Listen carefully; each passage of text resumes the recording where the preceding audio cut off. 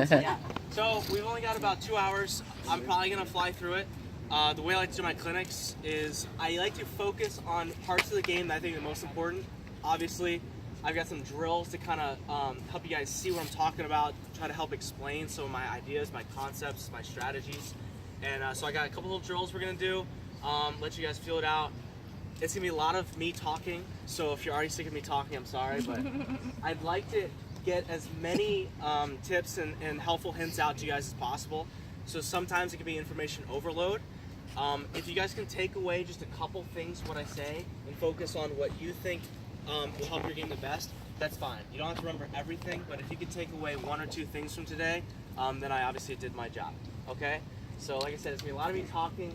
We're gonna do a drill, run through it for a couple minutes. As soon as I see we've kind of got the idea, we're starting to do it properly, we're gonna move on. Because there's a lot of things I can cover with you guys, we don't have as much time. That makes sense? So we're just gonna run through them. If we need any extra attention on one thing, we'll spend more time on it. But other than that, we're just gonna keep rolling and see how far we get. Make sense?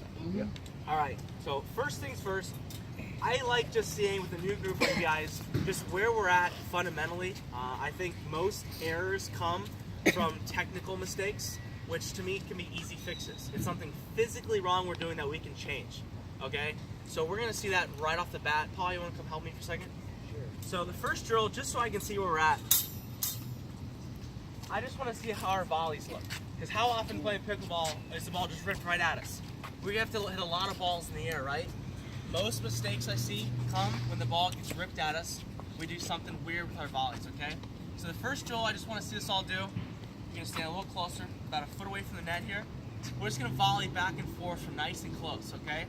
He's not trying to take my head off. He's not trying to nail me. We're trying to keep the ball in play, okay? So we're gonna be nice and gentle with it. Just gonna volley back and forth. And we're just trying to see how many we can get in a row without missing. Notice we're not trying to hit too hard. We're just trying to keep it in play nice and easy. Don't worry, it's harder than it looks. That was funny. So we're just gonna volley back and forth nice and easy.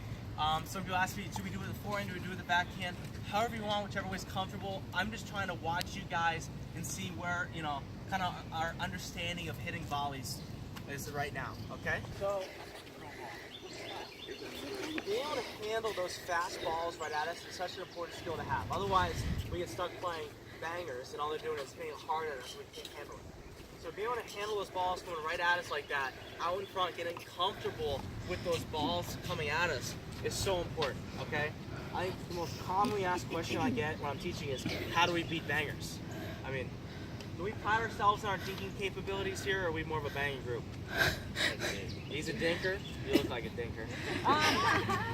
In Augusta, most people are bangers. No. Okay, well, Oh yeah. you're going to see them all over the place, okay? A lot of people like to bang.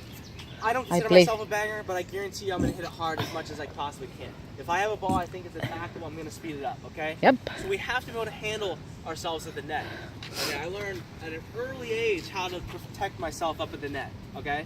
When I first started playing pickleball, we didn't have fancy courts like this. Okay, I played indoors.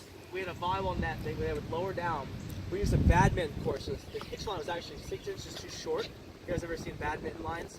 So the kitchen was short, the net was real low and saggy, and I had big, strong guys, a lot of testosterone, that liked to stand on the kitchen line and cheat and smash it at people, and they thought they were really cool.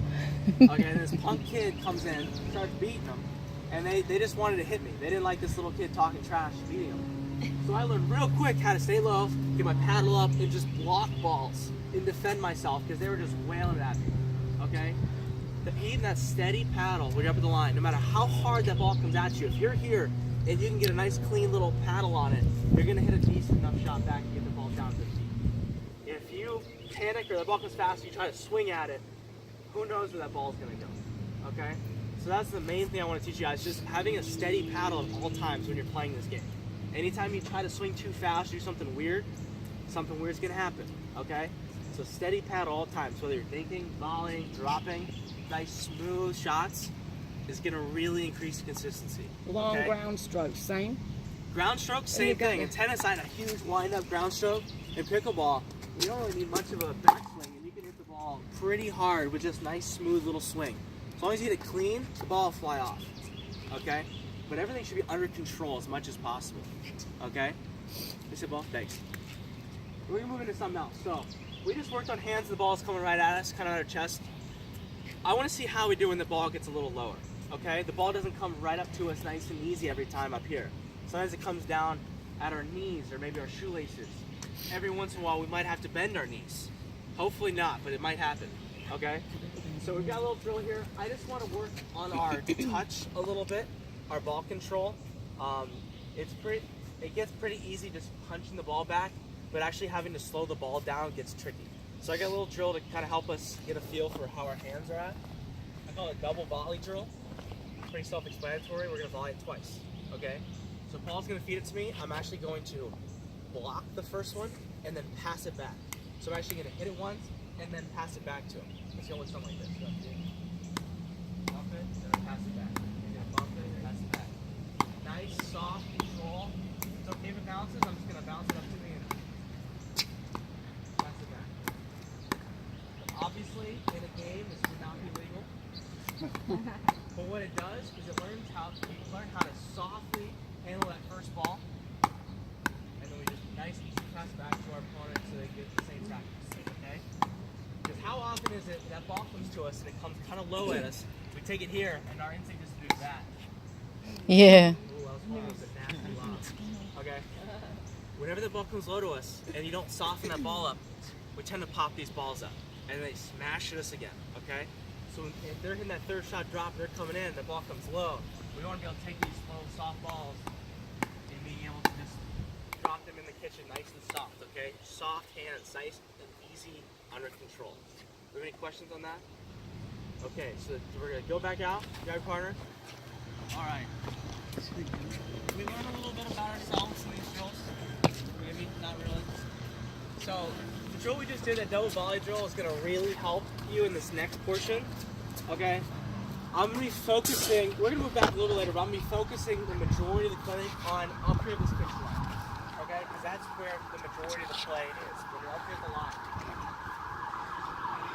My philosophy of pickleball is controlling this pitch line as much as possible. Meaning, staying up here, applying pressure, pushing the other team back as much as you can. Okay? The closer to the net I am, the easier the shots are for me.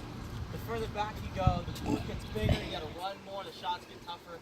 So you want to push the other team back as much as you can. Meaning keeping them back in their beginning of the point, but also when you're over the pitch line, trying to get the ball to their heels and push them back a little bit. Put some pressure on them. Okay? So we're gonna move on a little bit more to dinking now. So I saw your volley skills. Everyone's hands are good enough where if we hit the ball hard at you, we all can handle it, we can all get the ball down. You shouldn't stay out of trouble, okay? So now we're gonna kind of teach you guys, one, how to apply pressure to your opponents to get some easier attacks, but also learn how to get out of trouble when we get into it. Because we're all gonna get in a pickle at some point.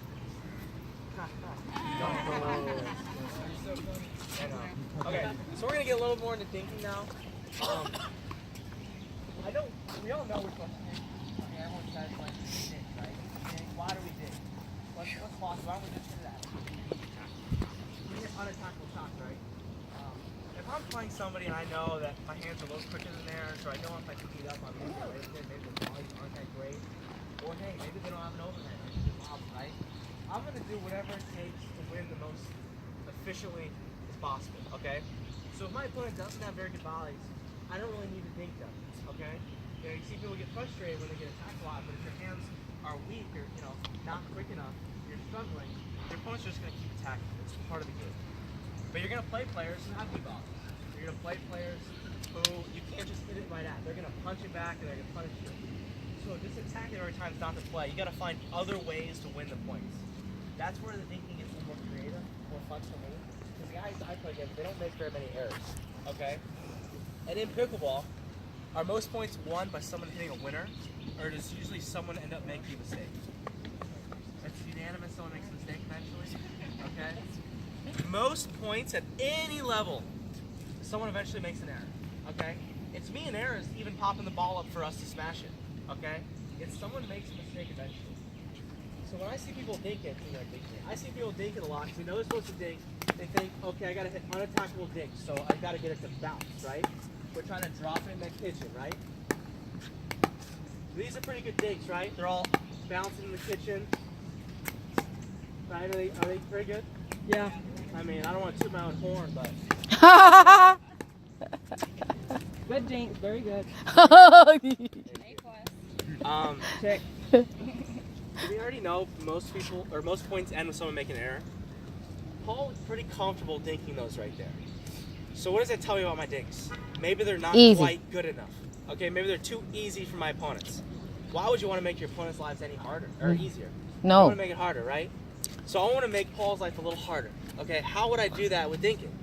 Maybe move him around a little bit more. Mhm. Okay, so I'm going to move him around a little bit more and see how that works. So I'm going to go right, left. Okay, this is kind of the best I can do. He still just seems to be taking one step and is covering that pretty well. Okay? It's not a big court. You don't have a lot of angles right here. So what do you think is more important than side to side? Cross. Someone say depth? Yeah, maybe. Cross court. Depth. Oh, we're going to get to that in a second. Oh, sorry. No, that's fine. We're going to get to that. But you're right. There's more angles cross court. Depth was the kind of the key I'm looking for. My dinks that land nice and soft and short in the kitchen aren't really putting a lot of pressure on them. They're bouncing, they're sitting up nice and easy for him, and he has a lot of time to Closer get to the net. It doesn't seem like he's rushed very much. This is the mistake I see most people making when they dink. They think, gotta get it short in the kitchen, gotta get it short in the kitchen, nice and soft in the kitchen. Doesn't have to be nice and soft in the kitchen. Okay? I'd actually rather take one of these dinks and try to push it a little deeper. And now all of a sudden he looks like he's struggling a little bit more. And he's a professional player. He should be able to handle those dinks. But over the course of time, if he's constantly lunging and picking up these tough balls at his foot, it's going to wear on him, just like anybody else. Okay? I don't know about you guys, but the worst shot for me in pickleball is when I have to bend down for a ball to go get it. If it bounces toward the kitchen, sits up, he's just right here nice and easy. Okay? So we're going to focus on that a lot today. A couple things. One, the depth of the dink, but more importantly, height of contact of these balls. Okay? What I mean by that is the higher you hit this ball, the more aggressive you can be. And we all want to be aggressive, right? Yeah. I do. Yeah, I me want to hit the too. ball hard, okay? Wouldn't you all agree that you'd rather have a Yeah. ball here than one that's down here? This game is all about height of contact, okay? Being on offense. If you're constantly hitting the ball down your ankle, that to me is the worst shot in pickleball. Okay? Worst shot in pickleball. Well, besides a return of serve that hits the net, dribbles over. That just pisses me off. But unless I hit it, then I laugh. But when I short hop these balls, okay? In a sport where height is so important, I'm doing myself such a disservice taking these balls off the bounce like this. I'm sure I feel like I can do this all day, but I'm not really applying any pressure to them. Okay? Besides, where's the hardest spot to receive a ball? Stay still. The ball dinks that ball right there, even if it's nice and soft. Can I even reach it? His And backhand? I got 2 feet away from it, right? So not only do I have to take a step, which I know some of us don't want to do, I have to bend my knees, which some of us don't want to do, bend my back, which I certainly don't want to do, and now I'm hitting this ball all the way down here on my backhand. What am I supposed to do with this ball? I'm either going to hit it in the net or I'm going to pop it up. Nothing good with it, okay? So we're going to focus on that for the next probably 30, 45 minutes where we want to get in the habit of when we're dinking, and some of us might do it already, but taking the ball at a higher point of contact as much as possible and pushing the ball with a little more depth, try to get it at our opponent's feet a little bit better. Because those balls that land short in the kitchen aren't going to do enough, okay? Go ahead and dig me one, nice and easy in the kitchen. Yes. Yes. Look at him block you. Good job. Good job. His dink looked unattackable, but it sat up nice and easy and I could just slap it at him. Okay, that's what we want to avoid. That's what happens when you see players just ripping balls. You're giving them that opportunity by leaving a ball too high. Okay? So, height of contact. How do we take the ball higher off the ground? If it's landing in the kitchen, we let it bounce. We let it come up to its apex. We take our time, then we hit it. Okay? So, just take some. Say that lands in the kitchen. Even if I had to take a step back at times, or open up, I'd rather let that ball come up a little bit and hit a nice, somewhat flatter dink back that doesn't sit up too high and soft. okay? As opposed to short hopping that where now all of a sudden the ball is high and soft and not penetrating, not moving into the court at all, okay? Or if that ball's landing a little deeper, let's say he's dinking and it's gonna land by my foot. Could be a dangerous dink. If I let it bounce, just take it in the air. Maybe dink a little deeper. Just take it in the air. That's where that double volley drill is so important to get comfortable with. Being able to dink these balls in the air and still keep them down. Now all of a sudden I feel like I'm in more control. I feel like if I let one of those bounce where I have to back up too much, now I'm in trouble. Okay? So we want to get comfortable taking those balls in the air off those dinks. Nice and soft. Even if you're not being aggressive with it, the fact that now you're hitting an easier shot for you is going to make a world difference. As opposed to letting it bounce, hitting it too high, and then thinking he's going to smash it at me. Okay? We want to stay safe as much as possible. Does that make sense? We have any questions on that? Okay.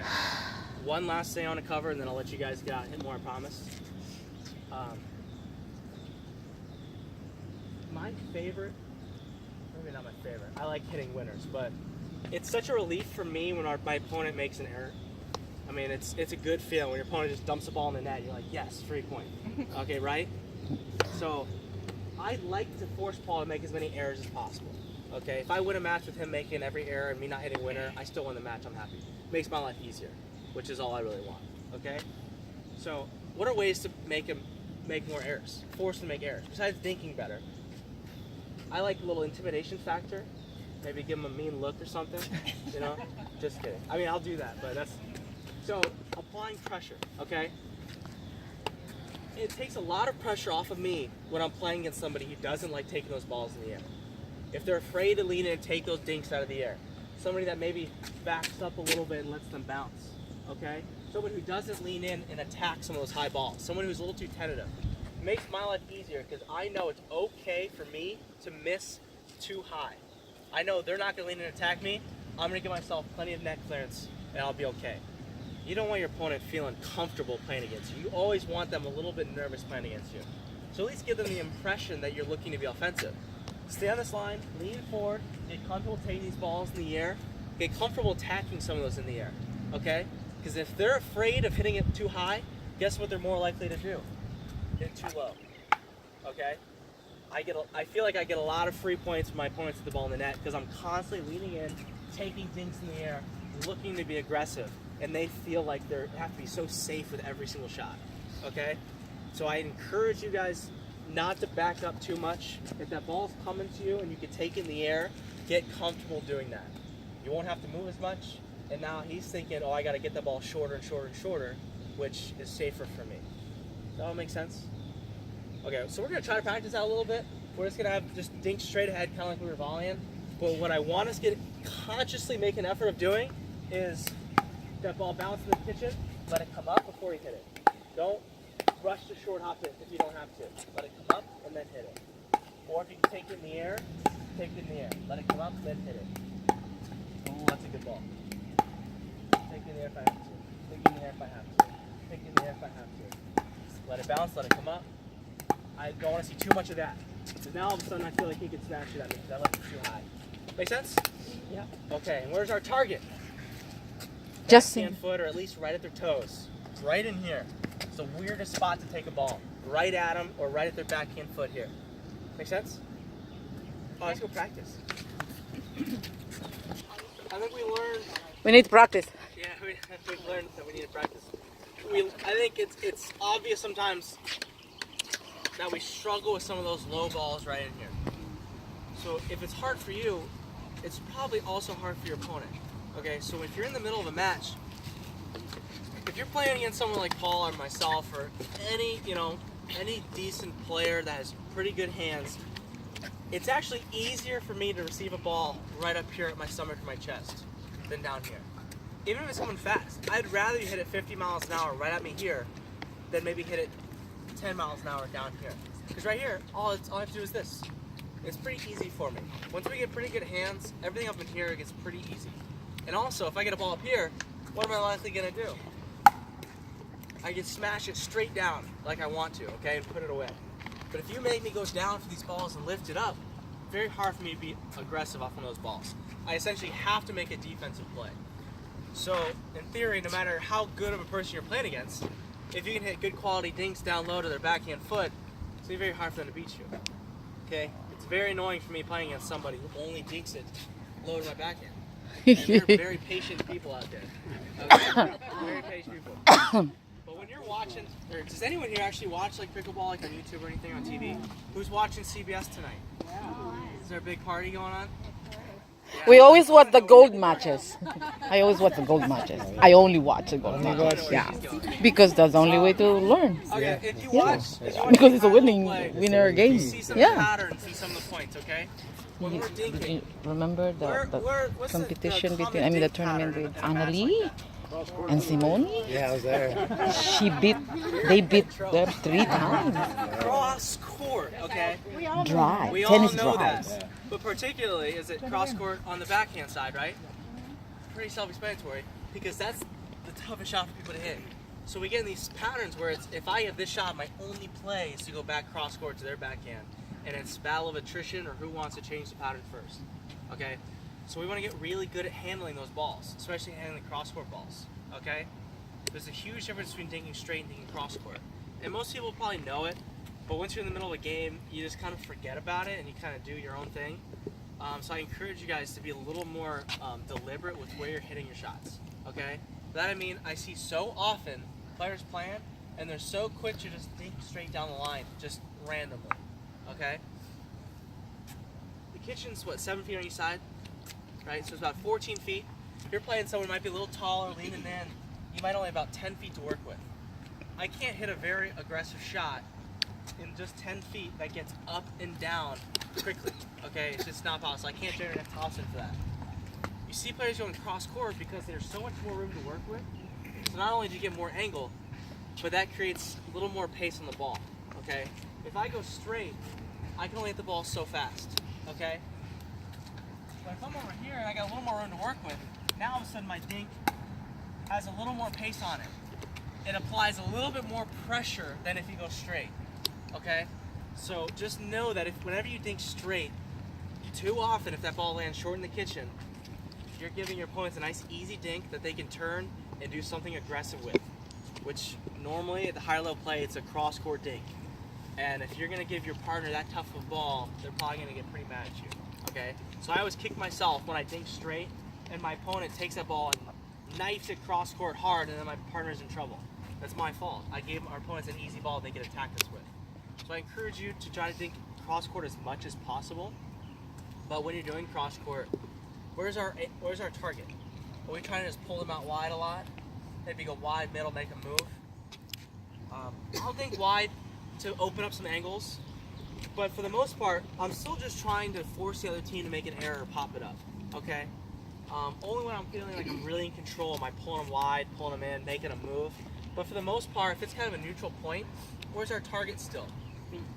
Feet, okay? I see too many people thinking they're going to go cross court wide every time, Oh, you want to go over here for a second? If he goes cross court wide to me here, and that ball bounces middle of the kitchen, all I have to do is take a step here and I got it, no problem. But if he puts it with a little bit of pace at my foot where now I have to do this, now all of a sudden I'm in trouble. So even though you're going cross court, remember, you don't have to go sharp angle away from them every time. You can take that ball right at their foot still. It's going to be more effective than straight ahead because you got more room to work with. So what can you do? Put a little more pace on the ball. So what I mean by that is instead of trying to go way over there, where he looks pretty comfortable just taking one lunge and he's getting it, I like going right there. Now all of a sudden he's having to pick the ball up off the ground. He's in a little more trouble there, okay? And I was going a little easy on him, but he's a pro, okay? But for you guys, I think just going right at their feet, or going right in here at them is going to be the play. That's where people struggle. They're not going to want to bend down. If you go wide and they just take one step, that's pretty easy for them to handle for the most part. Does that make sense? Yeah. And once you kind of get them flustered, then you can move them around. But for the most part, you go right at their feet, make them pop it up, and then you're going to get the shot you want. Amy. All right. Okay, so we're going to go ahead and move into cross-court dinking now. But I don't want you guys trying to dink super far out wide. Just like we were doing before, we're trying to target their feet a little bit. Try to make them short hop it off their toes. If you get them backing up, that's a plus. That's what you kind of want. Make them move their feet, make them do a little dance. if you can. She's my biggest fan. After we do a little bit of crossword thinking, we're going to move into a little bit of a pattern change. So learning how to change the direction, the speed of the ball. And we'll go over that in a little bit. We're going to do a little figure 8 pattern. And I'll explain that in a minute. But I just want to see how we do crossword thinking, see you know, how we do with that.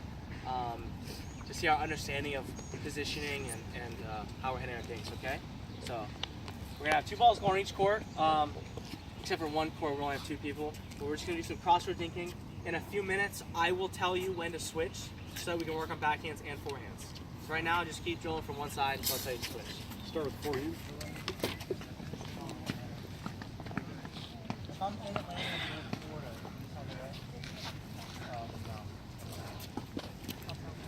Absolutely not. Ooh, That's big all my bar. balls. What happened to the balls? Bring it back Never mind, balls got 'em. All right. from the pockets. All right, now we're good. All right, we're gonna move on a little bit. Okay. I just have a question for you guys. There's no right or wrong answers. I'm just curious with the group. Every group I ask has different answers. Just see where you guys are at. When you're doing the figure 8 drill, was it easier to take the straight ball and push it cross court, or was it easier taking the cross court ball and just dinking it straight? Cross court. Was it easy both ways? Cross court. It was easy going cross court? Yes. It's more difficult to get that nice, easy touch. Oops. Okay, that's probably the best answer I could have gotten. So, The right gold answer. star. There's no right or wrong answers, but that was the answer I'm looking for. That's the answer that probably a good player would say. What's the answer? It was easier to take the ball that was coming straight and pull it cross court than taking the cross court ball and going straight. Okay? If that's the case for you, everybody, then what do you think is the play when you're in a match? Throw it cross court. It's tougher for them taking those cross court balls. And I can say that as much as I want, but as soon as I see people go out and play, and then all of a sudden they take a ball and they ding it straight for no reason. And it's like, just go cross court. The only reason I would ever go straight is if I'm in trouble. Okay? If I'm in a cross court dink rally and the player across from me, or diagonal from me, is just cheating me out, their dinks are too good, or they're pushing me all around, I need a break, then I might take that ball, dink somewhat straight, softly, get it down, but try to change the pattern and make them go cross court to my partner just to give me a break for a minute. Or dink straight, and now I don't have to move as much, because if they want to pick on me, they're dinking straight as opposed to cross court. So if you're one of those players that happens to be getting picked on in a match, you know, if they're hitting every single ball to you, you know, maybe don't go cross court, okay? Maybe just go straight. If they want to keep picking on you, they're just going to dink straight to you. It makes your life a lot easier. I've seen players get in patterns where they're losing matches, and all they're doing is going cross court, and the person's just beating them over and over and over again. Their partner's just standing there watching. You never need your partner involved if you're just going to go cross court and lose those rallies, okay? So sometimes dinking straight's the play. If you're in control of the points, I would recommend going cross court. Does that make sense? Kind of understand that concept well enough? Okay, sweet. So we're going to actually try to move away from the kitchen line a little bit. I know some of us want to play, we're getting eager, we're drilling a little too much. But we're going to try to do this last drill. If we do it well, then we can play. But we're going to spend some time on this. So this is going to be a very, very important part of the session today. Is that transition work, moving into the kitchen line. We already worked on the kitchen line. We know how important it is to win that up there. But you got to get up there first. Right? Every rally, you got to get up there. If you're receiving serve, it's a little easier to get up there. You start up there. You want to maintain control there. But if you're serving, I mean, it's quite a trek getting up to that kiss line sometimes, okay? So we all know, what's the best way to get up to the kiss line? Good third shot drop, right? We all hear about the third shot drop, that elusive third shot drop, okay? I get a lot of questions. When do you drive the third? When do you drop the third? Help, I'm confused, what do I do? Just dropping is never a wrong play, okay? Just dropping it and getting up to the line. You don't want to go for those hero shots, try to be greedy from back here. But we're going to do a little drill here that we're going to work on third shot, not just execution, but strategy as well, okay? So when would you typically slap the ball on the third shot? What's your ideal ball you want to just rip? Something that's high maybe, okay? Nothing that's too low, something that's nice and high. Maybe it's a little shorter in the court, maybe a little easier shot for you. I get nervous when I see people rip a ball from all the way back here because it takes so long to get to their opponents. they're gonna hit a nice easy volley. And I see them all too often hit a little drop shot, and then you gotta run all the way and kick into it. Okay? I prefer seeing people drop the third and just move it in instead of getting a little greedy. I will drive third a lot if it's high enough and it's on my forehand and I'm balanced. I like my forehand. I'm pretty confident with it. I know I can rip it hard and low and get away with it. Paul, you want to come out here and drill me for a second? So the drill we're gonna work on now, we're actually gonna start the kitchen line. Okay? It's probably gonna take about 5-10 minutes to do the first one. We're gonna start the kitchen line, and we're just gonna need some jinks. Okay? We're both doing a drill here. Paul and I both. Okay? He's working on something. I'm working on something. What I'm working on is dropping that ball in the kitchen every time. I'm trying to get it to bounce every time. If he takes it in the air, he's taking time away from me moving up to the kitchen line. Okay? So I'm trying to get this ball to bounce. So I know my philosophy in dinking is trying to get a little deeper in the court on his toes. That's easy from up here. From all the way back here, it's a little trickier to be that accurate. So my goal is a big target, soft, nice margin. I'm just trying to get it to bounce. Give myself time to move in to dink it with him up here. So I'm actually going to start here. I'm going to slowly work my way back. Okay? One step at a time. So just keep beating. So now I'm here. I'm going to hit a couple from here. I feel pretty confident with this shot. It's not too difficult for me. So I'm going to move back a little bit more. I'm going to hit a bunch from right in here. We like to call this spot the land of opportunity. Okay? It's not no man's land anymore. It's land of opportunity. There's not actually more options here than people realize. But for the most part, I'm just going to drop it and get out of here as quickly as possible. Because he can make my life miserable from right here. Okay, you can hit my feet really easily, make me move, make me bend. So I'm going to try to get out of there as quick as possible. Okay? The people who like to attack from right in here are the ones that like to get their partner destroyed when they're up here. Okay? I don't like seeing people attack too much from here when they're coming in. If you get a nice high third or nice soft third and they're still moving in after the return of serve, go ahead and attack them as they're coming in. But if both those players are at the kitchen line already before you hit this ball, I would recommend you drop it as opposed to driving it. Okay? You're right. So if I get a ball here and I drive it at Paul, go ahead and punish me. Drive it at Paul.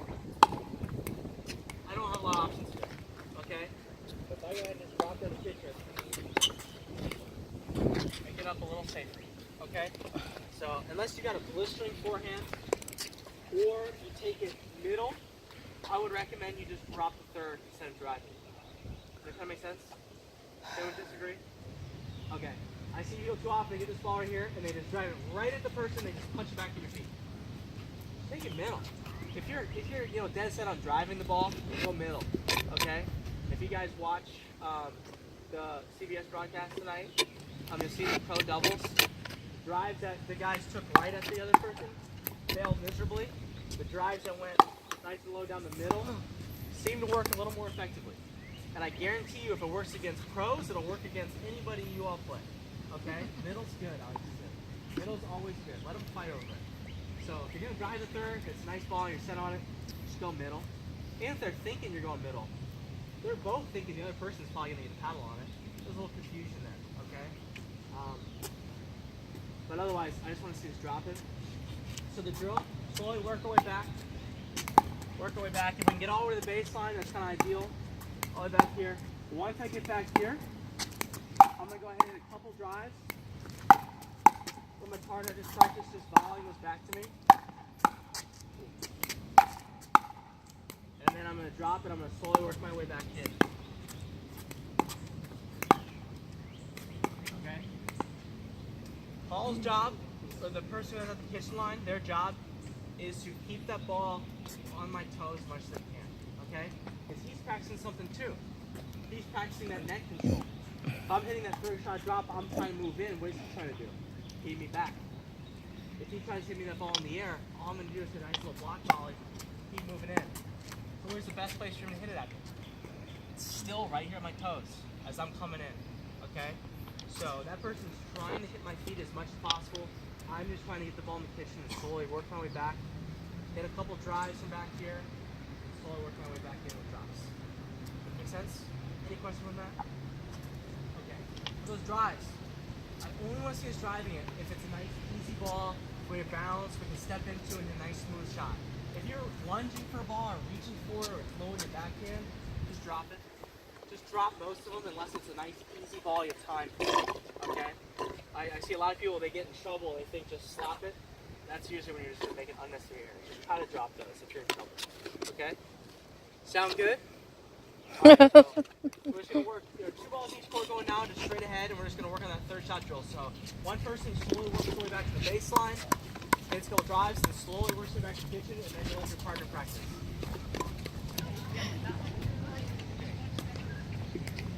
Now.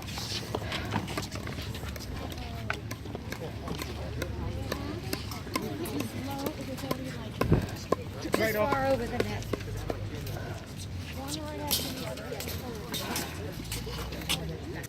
I'm Kyle. He wanted to cheat? Gather around. Behind him. So that third shot drop drill to me is so important because how hard is it to score a point if you can't get up to the net? Okay, that's where the game is won and lost. Is up at the line. Okay, so that third shot drop drill, having that skill to be able to drop the ball in the kitchen and work your way in at any point in time is going to save you a lot of free points. Okay, how much of a bummer is it when you get a side out and you just dump the third ball in the net right away? Now it's second serve already, and then your partner's like, oh, I better not dump mine in the net. And sure enough, what do? They hit it too high and they get smashed.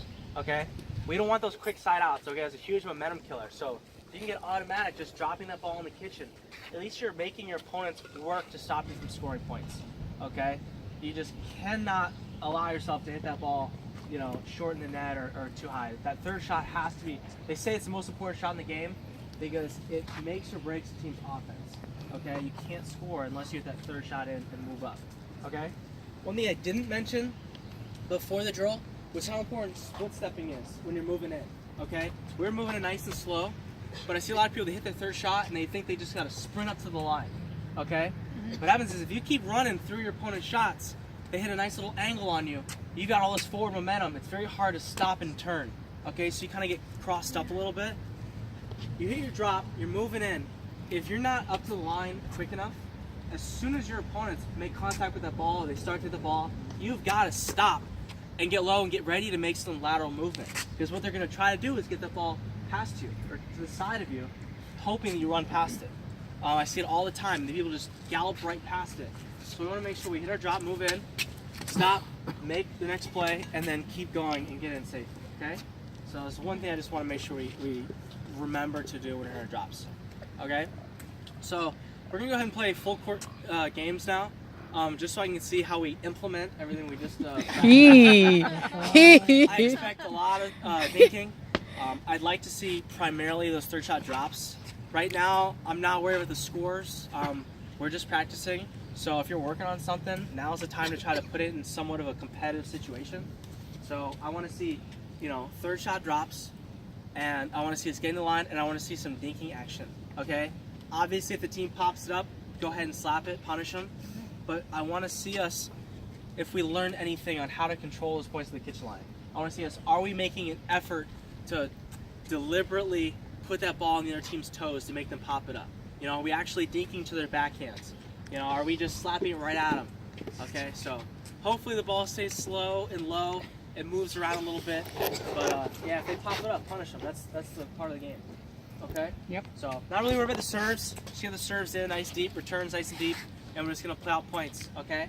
So for the one court that has 2 players, we've got a couple hitting partners jump in with you. Otherwise, jump out and let's get some games going. And I might mix in on a couple here and there. All right? All right. Thanks. Now's our time to play.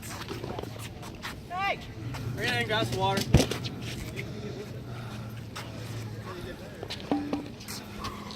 Hey, this is Marty Red.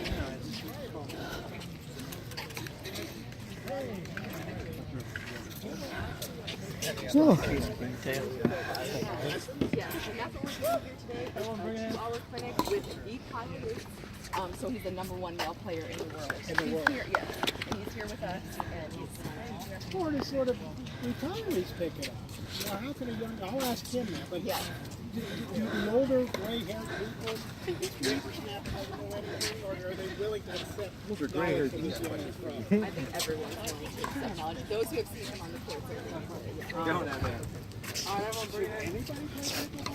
Bring it over here. Bring it over here. All right. Well, I hope we all learned something. More importantly, I hope we all remember something. If there's just one, hopefully 2 or 3, but if there's at least one takeaway from today, something I might have mentioned or something that might have like, okay, that makes sense, that'll help your game that you can focus on and implement when you guys play from now on, then I feel like I did my job okay. So Aw. hopefully for all you guys, there's something. Hope we had fun. It wasn't too hot out here, thank goodness. You're very inspiring. Your personality. Well, you keep me energized. Everybody does. And Paul. On toast. Thank you guys for having me. This is my group. But if you guys, Yay! Yay, Paul. if there's any other questions about pickleball, anything I might have covered that you want further explanation, or anything I didn't cover that you were curious to learn, yeah, I don't know. Next year. Now's the time to ask. If there's anything I didn't Oh, cover. I thought you were going to give us like your email and phone number. Oh, Questions and any. You guys have my information. Jalen is still You can all in get a it. hold of me. You know where I'm at. Yeah. Yeah. In the pickleball world. I think my phone number is actually on Facebook. I don't know how to disable that. It gets annoying. But yeah, thank you all. I know I have to talk to this guy. No, I have a question. Why paddle? Join a group picture, yeah. Why paddle tech? Why pal? I'm using Prokenix. Does that work for you? Ah, it's good. Yeah, why do you use that one? You like it, right? Yeah, somebody told me. Yeah. I hit with this paddle once, and I thought it felt really, really nice, and so I kept playing with it.